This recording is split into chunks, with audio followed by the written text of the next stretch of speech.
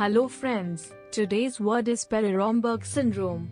It is also called facial hemiatrophy or progressive facial hemiatrophy.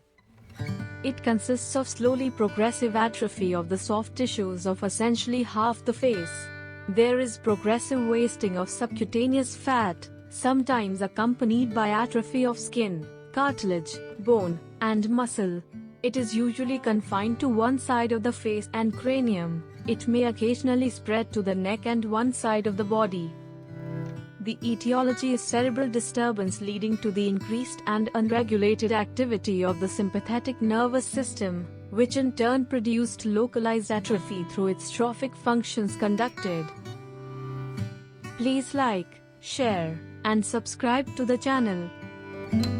Thanks for watching and keep learning.